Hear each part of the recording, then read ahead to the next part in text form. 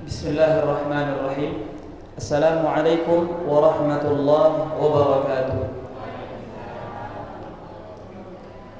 Innal hamdalillah nahmaduhu wa nasta'inuhu wa nastaghfiruh wa na'udzu billahi min shururi anfusina wa sayyiati a'malina. May yahdihillahu fala mudilla lahu wa may yudlil falan tajida lahu waliyyan murshida. Nashhadu an la ilaha illallah wahdahu la syarika lah wa nashhadu anna sayyidana Muhammadan sallallahu alaihi wasallam abduhu wa rasuluh la nabiyya ba'dah. Amma ba'd. Sebelum awak mulai, jako di aran dek buya yang beragama. Sebelum ceramah bekok kenalkan sepede lalu siapa aku. Nama kami Muhammad Jeffrey. Kami anak dari Mandiang Kaira. Anak Mandiang Kaira Kuebolu. Anak Umar. Alhamdulillah kini lah 20 tahun, insyaallah nak melanjutkan kuliah. Lah setahun menganggur. Insyaallah minta doa dari apa-apa ama-ama sekalian, mudah-mudahan kuliah kami lancar, bisa membawa ilmu yang banyak bermanfaat untuk umat kita. Amin ya rabbal alamin. Alhamdulillah, segala puji bagi Allah Subhanahu wa taala. Allah masih memberikan kepada kita kenikmatan. Allah berikan kepada kita kesempatan hingga kita bisa hadir ke dalam masjid ini. Untuk apa? Menghadiri majlis ilmu. Kata Rasulullah sallallahu alaihi wasallam, "Wa majtama'a qaumun." Hendaklah berkumpul satu kaum di dalam masjid, yatluna kitaballah wa yatadarasunahu. Dia membaca kitab-kitab Allah, kemudian saling mempelajarinya.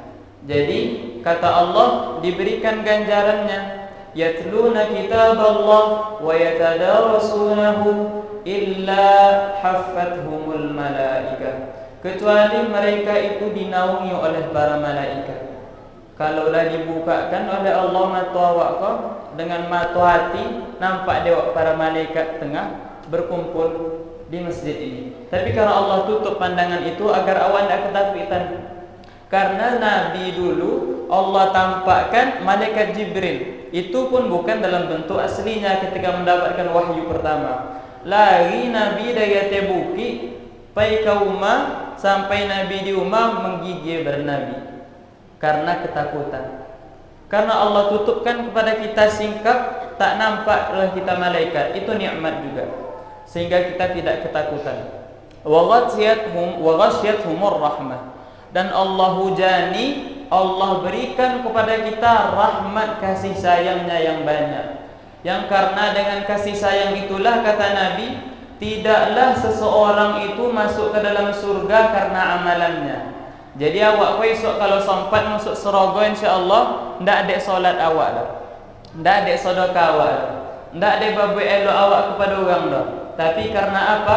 Karena kasih sayang Allah Subhanahu wa ta'ala. Dari mana awak bisa dapat kasih sayang itu? Dari datang ke masjid, dari hadir ke majlis, daripada awak solat, dari awak berbuat baik kepada orang. Jadi seluruh amalan yang awak buat itu tujuannya adalah menggapai kasih sayang Allah. Kalau Allah lah sayang kepada awak contohlah. Kalau awak sayang kepada anak awak, sayang kepada orang yang awak cintai, salahnya awak maafkan. Ndak badoinya awak baik piti, kurangnya awak tambah. Cenda itu kalau awak sayang. Ika Allah laisa kamithlihi syai'un. Cenda apa manusia mencintai manusia, ndak bisa awak samakan dengan Allah ketika mencintai manusia. Kalau Allah sudah cinta dengan hambanya, Allah sampaikan dalam hadis qudsi, Allah akan menjadi kaki yang ia jadikan untuk melangkah. Allah akan menjadi pandangan yang dia jadikan untuk melihat. Maksudnya apa? Allah bimbing ia dalam segala perbuatan dan tingkah lakunya, sehingga tidak ada apapun yang dia buat melainkan Allah ridha kepadanya, Allah cinta kepadanya. Maka dari itu niatkan dalam hati kita hadir ke dalam majlis, hadir ke dalam masjid, mengikuti ceramah agama, bukan untuk ikut-ikut tetangga saja. Tidak ada ikut kawan, tidak ada hari ke Selasa, adat kebiasaan, bukan karena itu. tapi hadirkan dalam hati kita karena ingin betul-betul menuntut ilmu, menggapai rahmat kasih sayang Allah Subhanahu wa taala. Dan disampaikan oleh Al-Habib Imam Al-Haddad di dalam bukunya, hendaklah setiap orang yang ingin sampai kepada kasih sayang Allah meniatkan di setiap ibadahnya itu ingin mendekatkan diri kepada Allah Subhanahu wa taala. Contoh, awak solat sunnah rawatib, sengaja aku solat rawatib 2 rakaat karena ingin dekat kepada Allah Subhanahu wa taala. Apapun amal yang awak buat, jangan lupa selipkan di dalamnya karena awak den nak dokek kepada Allah Subhanahu wa taala. Solat wajib sunnah 7. Sengaja aku solat fardu zuhur 4 rakaat karena ingin dekat kepada Allah. Maka niscaya dengan niat tadi Allah sampaikan kita kepada apa yang kita niatkan. Karena kata Rasulullah, innamal a'malu binniyat wa innamal likulli imri'in ma nawa. Sesungguhnya seseorang itu hanyalah dinilai oleh Allah sesuai dengan apa yang ia niatkan. Dan apa yang dia niatkan itulah Allah berikan kepadanya. Dan Nabi kiaskan dalam sebuah hadis di bait Nabi contoh, wa man kanat hijratuhu ila Allah wa rasulih fa hijratuhu ila Allah wa rasulih.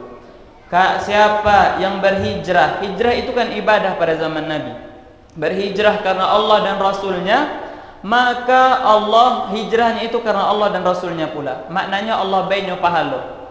Tapi wa man kanat hijratuhu lid-dunya yusibuha aw imra'atin yankihuha. Kalau dia berhijrah, beribadah kepada Allah karena dunia yang dia cari ataupun karena ada perempuan yang ingin dia nikahi, fa hijratuhu ila ma hajara ilaihi. Maka dia akan diberikan balasan oleh Allah sesuai dengan apa yang ia niatkan. Dapatlah dia dunia tu, dapat dia padusi, tapi ganjaran dari Allah tidak dapat. Maka perbaiki niat kita ketika hadir ke dalam majlis ini lillahi ta'ala, karena ingin menggapai kasih sayang Allah Subhanahu wa ta'ala. Kemudian salawat dan salam kepada Nabi kita Muhammad sallallahu alaihi wasallam. Kata Nabi, siapa orang yang mendengar nama Nabi disebutkan, dia tidak bersolawat, tidak ingin bersolawat, maka dia itulah orang yang paling pilih. Orang yang paling pilih. Tidak ada yang paling pilih daripada ini yang paling pilih. Terus Nabi sampaikan juga di dalam hadis lain, satu salawat yang kalian kirimkan kepada aku, kata Nabi, maka Allah ganjar dengan 10 ampunan, 10 kebaikan, dan Allah naikkan ketakwaan kita 10. Takwa itu apa? Takwa itu adalah keinginan hati kita ini ingin berbuat baik. Nampak orang nak solat sunnah, awak nak solat sunnah pula. Nampak orang sedekah, awak nak ikut pula sedekah rasa. Ada anjuran dari ustaz untuk melakukan amal kebaikan, inyo nak membuat rasa. Tiba ada nampak perkara dosa, inyo nak membuat dah, ikulah ketakwaan itu. Perasaan hati ingin berbuat amal kebaikan dan ingin menjauh dari perbuatan dosa. Inilah takwa. Satu salawat yang kita kirimkan kepada baginda Muhammad sallallahu alaihi wasallam akan menghapuskan 10 dosa-dosa kita. Dosa awak pun tak terhitung dah. Karena kata Allah Subhanahu wa taala dalam hadis qudsi itu adalah Nabi yang menyampaikan, tapi sebenarnya dari Allah Subhanahu wa taala. Allah yang berfirman. Kata Nabi, innakum la tukhti'una bil-laili wan-nahar. Allah sampaikan dalam hadis qudsi tersebut, sesungguhnya wahai para manusia, la tukhti'una, kalian itu la tukhti'un, pakai huruf lam. Dalam bahasa Arab itu namanya lam untuk menegaskan. Kalian tuh pasti berbuat salah di siang dan malam hari. Pasti itu. Wa ana aghfirudz dzunuba jami'an. Dan akulah Rabb kalian yang maha mengampuni segala dosa-dosa kalian. Maka kalau kita dalam sehari itu saja tidak merasa berbuat dosa sama sekali kepada Allah, padahal Allah sudah pastikan dalam hadis qudsi kita pasti berbuat salah, tapi dalam hari itu awak tidak merasa bersalah sama sekali dah, maka hati kita bermasalah hati awak. Karena orang yang tidak merasa bersalah, dia tidak akan meminta ampun kepada Allah akan dosa-dosanya. Sedangkan orang yang selalu meminta ampun kepada Allah, Allah sampaikan dalam Al-Quran, Innallaha yuhibbu, sesungguhnya Allah cinta at-tawwabina, orang-orang yang at-tawwab itu dalam bahasa Arab artinya sering bertaubat. Taubat itu dari kata taba yatubu. Orang yang bertaubat taibun. Kalau orang bertaubat taibun. Kalau lah pakai tawwab, sukanya bertaubat. Maknanya kalau dia suka bertaubat, dia selalu mengingat dirinya ini banyak dosa. Apa ganjarannya? Allah cinta. Allah cinta kepada orang yang berbuat kesalahan. Tapi asalkan kesalahan yang dia lakukan diiringi dengan taubat. Disampaikan oleh para ulama kita, walaupun dosa yang kita lakukan dalam sehari itu berulang 100 kali, tapi jangan sampai kita berputus asa daripada rahmat dan ampunannya Allah. Setiap dosa yang kita lakukan, kembali taubat dengan sebenar-benarnya taubat. Jangan takui beko dan ulang jodoh saudara beliau. Ngapain taubat kini? Hati-hati, ini adalah tipu daya syaitan. Ingat saja, kalau lah merasa berdosa, kau banyak salah, taubat kepada Allah. Maka yakinlah Allah akan terima taubat kita kalau kita benar-benar bertaubat. Walaupun nantinya kita ulangi lagi, tapi jangan diniatkan tong bertaubat tu, taubatlah dan kini. Tapi bekok dan gue dia, seperti ini taubat palsu. Tapi ketika menyesal bertaubat itu betul-betul menyesal, azamkan, dan akan ulang besok lah. Tapi walaupun seandainya terulang kembali besok, jangan putus asa, taubat kembali dan akan gue sampai setan itu takut, menyesal dan tidak ingin lagi menjerumuskan kita kepada api neraka. Maka jemaah dimuliakan Allah Subhanahu wa taala, perbanyaklah salawat kepada Rasulullah sallallahu alaihi wasallam. Niscaya orang yang paling banyak salawatnya kepada Rasulullah, dia yang paling dekat nantinya dengan Nabi di hari kiamat. Dawa nak dokek je Nabi so. Kalau ada Ustaz Abdul Somad datang, ustaz yang terkenal datang, nak dokek awak jadinya duduk di situ. Karena apa? Dia bisa membawa kita kepada jalan yang benar. Ini siapa? Nabi Muhammad sallallahu alaihi wasallam. Yang mana awak kau ndak akan kenal Allah dah. Ndak awak ngerti cara beribadah dah, kecuali dengan perantara Rasulullah sallallahu alaihi wasallam. Dan orang yang paling dekat nantinya di hari kiamat dengan Rasulullah adalah orang-orang yang paling banyak salawatnya kepada beliau. Maka wak buat saridu catatan, wak buat saridu tulisan, wak dan tak akan lolok dah sebelum wak dan salawat kepada Nabi 10 kali. Kan nak kan lolok dah wak ingat lah salawat dan rasa 10 kalinya, alun lah rasa baca salawat 10 kali. Kalau 10 kali awak salawat, satu dosa Allah ampunkan, satu kebaikan Allah catat, dan Allah naikkan ketakwaan kita 100. Itu 10 saja kalau kita bersalawat. Kenapa kalau salawat 1, kalau 2, kalau 3? Tapi yang penting dalam amalan itu apa? Kata Nabi dalam hadisnya, ahabbul a'mali ilallah adwamuha. Amal yang paling Allah cinta itu adalah berketerusannya kita lakukan. Wa in qalla, caklah seketek. Maka jadikan keseharian kita ada amalan yang kita istiqamahkan, kita dawamkan. Wa buat tiap hari, caklah seketek. Contoh salawat tadi 10 kali dan salawat tapi tiap hari. Sebelum lolok cek lah dosa salawat 10 kalinya. Tak borong, berarti salawat. Kalau dah biasa 10, tingkatkan 20, tingkatkan 30. Mudah-mudahan dengan salawat nantinya kita semakin dekat dengan baginda Nabi Muhammad sallallahu alaihi wasallam. Cendapo salawat juga. Kalau salawat banyak macam. Ada Allahumma salli ala sayyidina Muhammad wa ala ali sayyidina Muhammad, bermacam-macam. Dan kini zaman sekarang orang kembangkan, ada salawat yang pakai nyanyian. Beliau tahu tak masalah. Yang penting awak bersalawat dulu. Allah jadikan kebosanan dalam diri awak. Manusia kau memang suka bosan. Tapi Allah baik dia Allah. Allah jadikan amalan itu bermacam-macam. Kalau bosan awak dengan amal condoko, Allah tengok kelai amalan yang lain.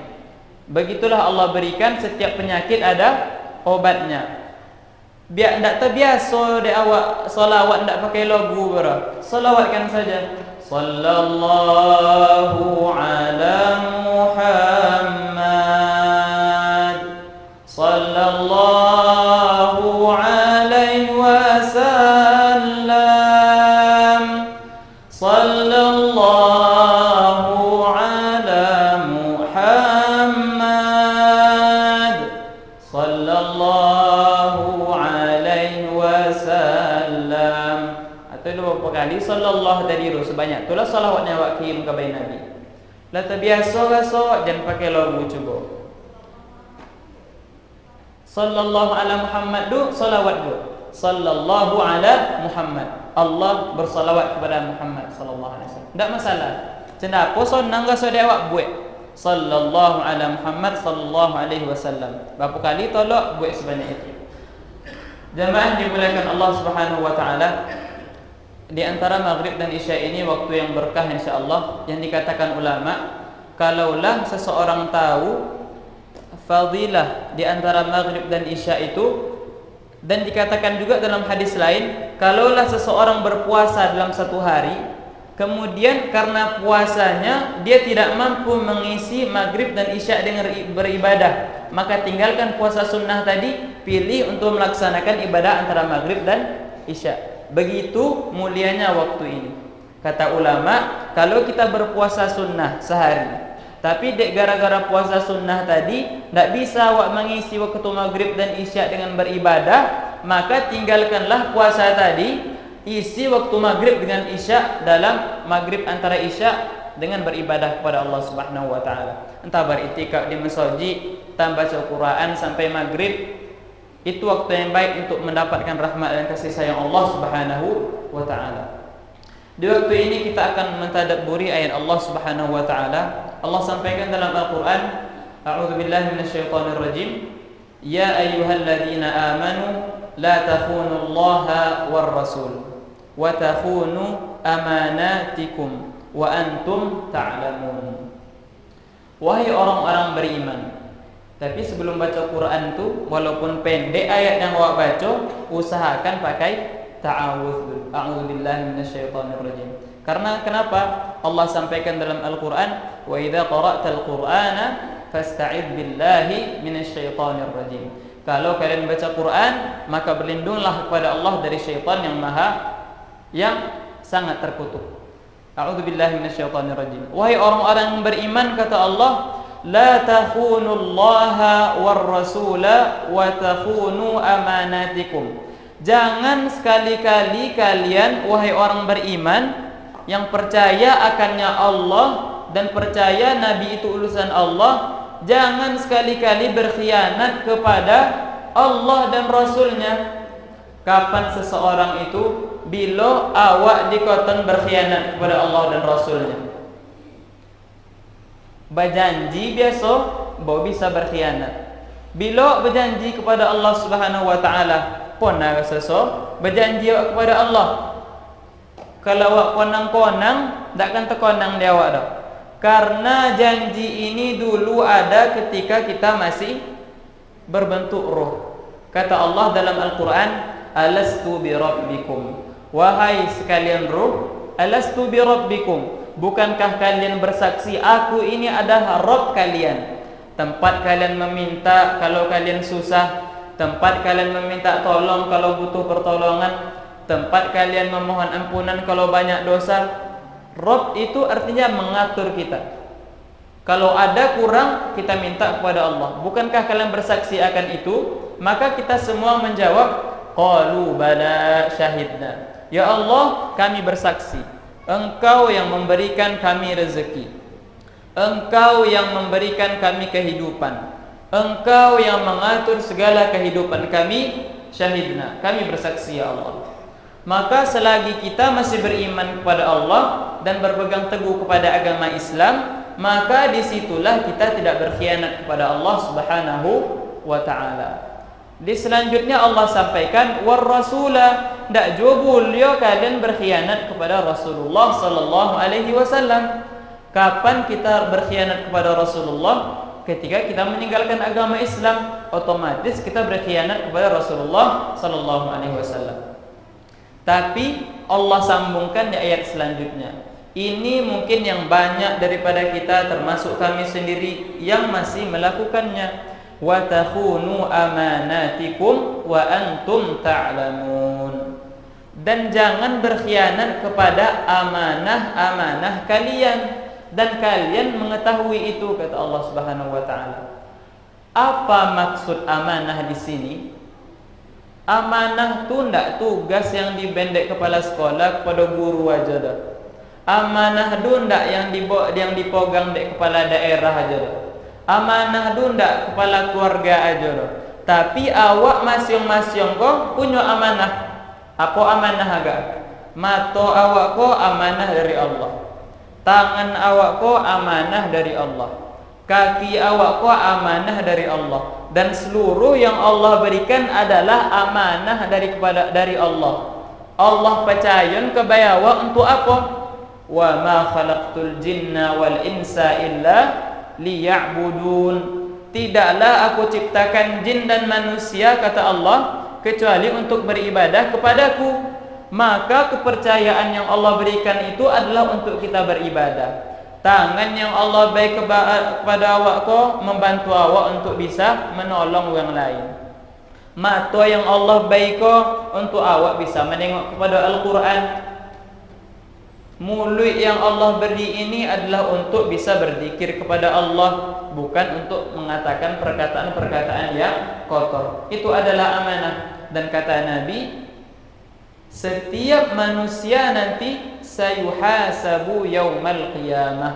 Allah akan hisab di yaumil qiyamah. Apa itu hisab? Allah perhitungkan seluruh yang kita lakukan. Daripada amal kita, daripada tangan kita ini bergerak kepada apa? Allah pertanyakan, wa mallahu bighafilin amma ta'malun. Dan Allah tak pernah sekali-kali lalai daripada apa yang kita lakukan. Tangan dulu kau pernah awak buat kepada apa aja. Awak lah lupa, tapi Allah tidak lupa era. Dan nanti Allah tanyakan di yaumil hisab, kenapa kamu lakukan ini wahai fulan? Kenapa kamu lakukan ini? Dan dalam hadis disampaikan, ketika kita berdiri di hadapan Allah satu persatu, awak berdiri dengan Allah saja. Kemudian Allah tanya, ingatkah engkau hari ini di mana engkau melakukan perkara ini, di mana engkau melakukan dosa ini, apakah engkau ingat? Allah akan tanya. Dan hisab sendiri adalah azab. Hisab sendiri adalah azab, karena semua yang Allah yang kita lakukan di dunia Allah tanya. Mulai dari perkataan kita. Perkataan itu Allah sampaikan dalam Al-Quran, ma yalfidhu min qawlin, tidaklah terlafaz daripada mulut kita illa ladaihi ratibun atid, kecuali akan dicatat oleh ratib dan atid. Maka berapa banyak sudah perkataan yang sudah kita keluarkan yang mengandung dosa. Kemudian kita fikirkan lagi, selagi Allah masih berikan kepada kita umur yang panjang.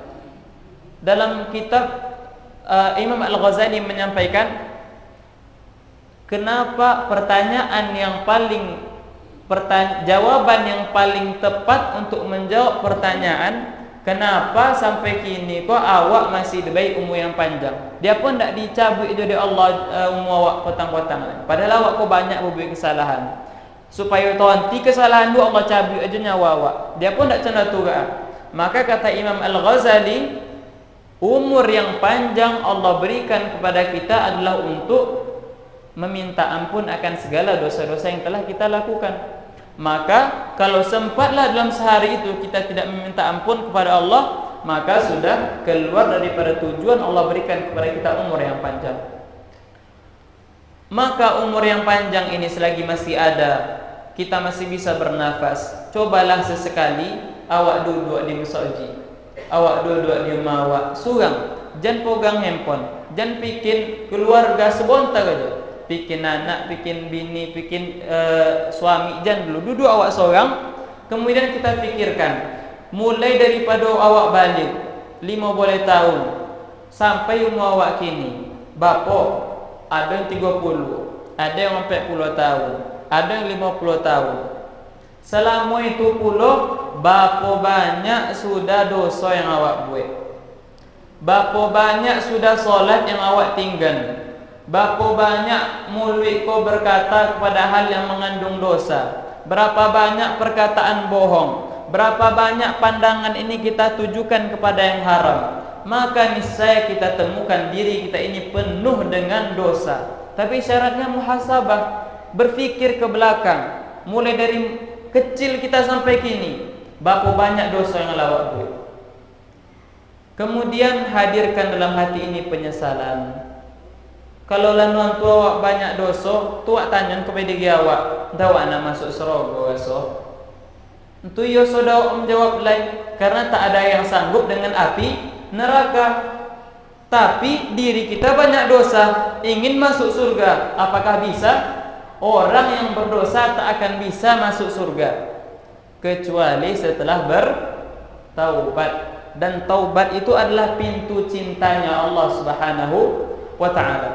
Allah sampaikan dalam hadis qudsi, ya ibadi, wahai hamba-hambaku, innakum latukhti'una bil laili wan nahar, kalian itu banyak berbuat dosa di siang dan malam hari. Wa ana aghfirudz dzunuba jami'an, kata Allah, dan aku mengampuni segala dosa-dosa kalian secara keseluruhan. Sebanyak apapun dosa itu akan aku ampuni. Tapi syaratnya apa? Meminta ampun kepada Allah. Karena dalam hadis lain disampaikan, kalaupun dosa-dosa yang kalian lakukan, kata Allah, setelah difikir-fikir, wa etong-etong ponu langit dan bumi kau, dek dosa-dosa awak seling salah, saking banyaknya. Kemudian Allah lanjutkan, kalian datang kepadaku memohon ampun, la tusyriku bi syai'a. Memohonnya ampun kalian itu bukan karena ingin kaya, bukan karena ingin dikasih kelapangan. Meminta ampunnya itu bukan karena ingin permasalahannya diselesaikan, tapi murni meminta ampun karena ingin dosa-dosanya Allah ampuni. Maka kata Allah apa? Aku ampuni wala ubali, dan aku tak akan tanyakan besok pada yaumil hisab. Karena hari hisab itu sendiri adalah azab. Karena begitu panjangnya antrian di yaumil mahsyar, begitu banyaknya pertanyaan-pertanyaan yang Allah berikan kepada kita, dan itu sendiri adalah azab. Dan untuk terbebas dari itu, memohonlah ampun kepada Allah dari segala dosa-dosa yang kita lakukan. Niscaya Allah akan mengampuninya, yakinlah. Dan azamkan dalam diri kita, perbaiki diri dan perbanyak amal saleh. Karena syarat taubat itu adalah menyesali, kemudian meminta ampun, dan kemudian setelah itu memperbaiki diri, memperbanyak amal semampu yang kita bisa. Apalagi di akhir zaman ini, jagalah kebersihan hati. Hati ini jangan sampai ada di dalamnya suudzon kepada orang, hasad kepada orang, benci kepada orang lain, iri dengan kekayaan yang Allah berikan kepada orang lain. Karena pada yaumil hisab tak ada yang selamat illa man atallaha biqalbin salim. Tidak ada yang selamat melainkan orang-orang yang datang kepada Allah dengan hati yang bersih.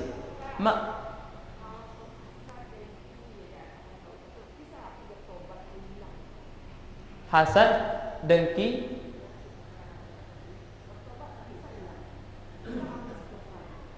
karena kata Nabi, hasad itu sendiri memang tabiat awak, tapi jangan sampai dikeluarkan. Dosa ketika awak mengeluarkan hasad atau kita pendam dalam hati. Jadi ketika ini datang, copek awak buang, copek awak bertobat, beristighfar kepada Allah. Jangan kita ikuti hasad tadi. Dosanya ketika kita mengeluarkannya. Dan hasad itu sendiri ujian bagi kita. Betul tak hati awak kebrosio? Contoh kau, awak nawuma ndak dikoton brosio sebelum awak pandai membersihkannya. Maka kadang datang ayam naik ke rumah awak ciri. Awak brosio, berarti awak brosion itu. Awak siram pakai air. Begitupun hati. Allah, kita katakan hati kita ini bersih, Allah uji, dimasukkan hasad di sana, ada kebencian, tapi jangan sampai diikuti dan diutarakan. Maka disitulah letak dosanya nanti. Na'udzubillah wal a'yadu billah. Kemudian jangan sampai suudzon kepada orang, berburuk sangka. Karena kata hadis Nabi itu, tak ada kebaikan yang lebih baik dari dua perkara ini. Ikut kebaikan yang paling elok. Yang pertama adalah husnudzon kepada Allah, berprasangka baik kepada Allah. Kapan prasangkaan itu datang? Ketika kita berfikir, de apa gak Allah uji wak dan cendoko, de apa Allah bay musibah kuat dan cendoko, ndak sayang Allah kebaiwat dan gak aleh. Maka kata Allah, ana inda dhanni abdi, aku itu ada pada prasangkaan hambaku. Kalau awak berprasangka ketika Allah uji kita, kita katakan Allah tidak sayang, maka ketika itu Allah tak sayang kepada kita. Allah ikut saja kepada prasangkaan kita. Dan kata Nabi, tak ada kebaikan yang lebih baik kecuali husnudzon, prasangka baik kepada Allah. Mungkin Allah bay musibah kau untuk wadan agar lebih baik. Mungkin Allah bay musibah kau untuk mengampuni dosa-dosa wadan. Mungkin Allah bay musibah kau agar wadan dokek kepada Allah Subhanahu wa taala.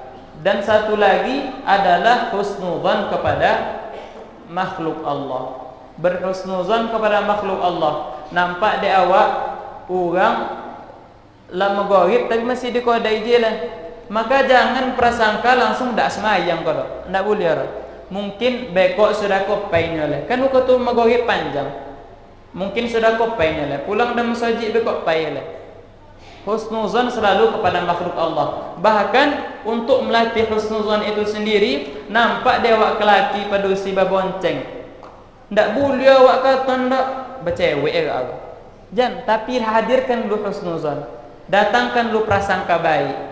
Karena tak ada ibadah yang lebih baik daripada husnuzan kepada hamba Allah. Oh, mungkin orang dulu nikah, atau mungkin orang dulu adio badu-badio, husnuzan kepada makhluk Allah.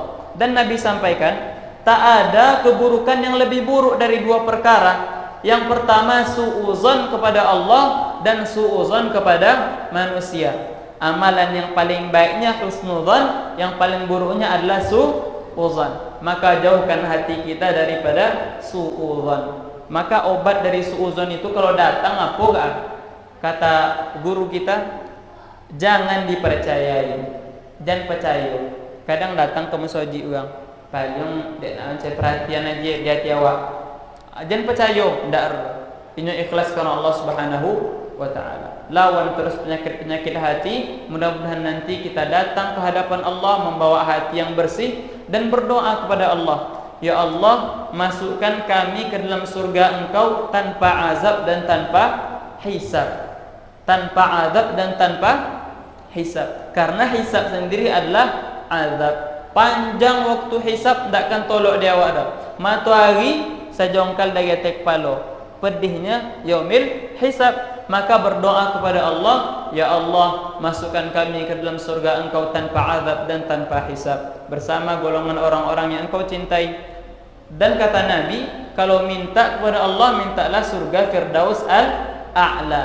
Kalau nak masuk surga, minta kepada Allah, ya Allah, masukkan kami ke dalam surga Firdaus Engkau ya Allah. Firdaus itu surga yang paling tinggi, surga yang tidak bisa dibayangkan oleh mata, bersama dengan Nabi Muhammad SAW. Maka minta kepada Allah. Sebelum berusaha, mulai dulu dengan doa, dan setelah berusaha tutup dengan doa. Sudah wa na'niyo, masuk surga tanpa adab, tanpa hisab, masuk surga Firdaus. Kemudian tu awak berikhtiar beramal semampu awak. Sudah tu setelah beramal, minta kepada Allah agar Allah terima. Kemudian kita selalu memperbaiki diri kita kepada Allah. Solat berjamaah di masjid jangan ditinggalkan. Solat berjamaah minimal. Tak bisa di masjid duma, tapi usahakan baca ma'ah. Karena berjamaah itu 27 kali lipat lebih baik daripada solat sendiri. Mungkin ini yang dapat kami sampaikan. Mudah-mudahan bermanfaat di dunia dan di akhirat nantinya. semoga Allah ampunkan dosa-dosa kita. Rabbana anfa'na bima 'allamtana, Rabbi 'allimna alladhi ma yanfa'una, Rabbi faqihna wa faqih lana. Wa barakallahu fikum. Assalamualaikum warahmatullahi wabarakatuh. As-salam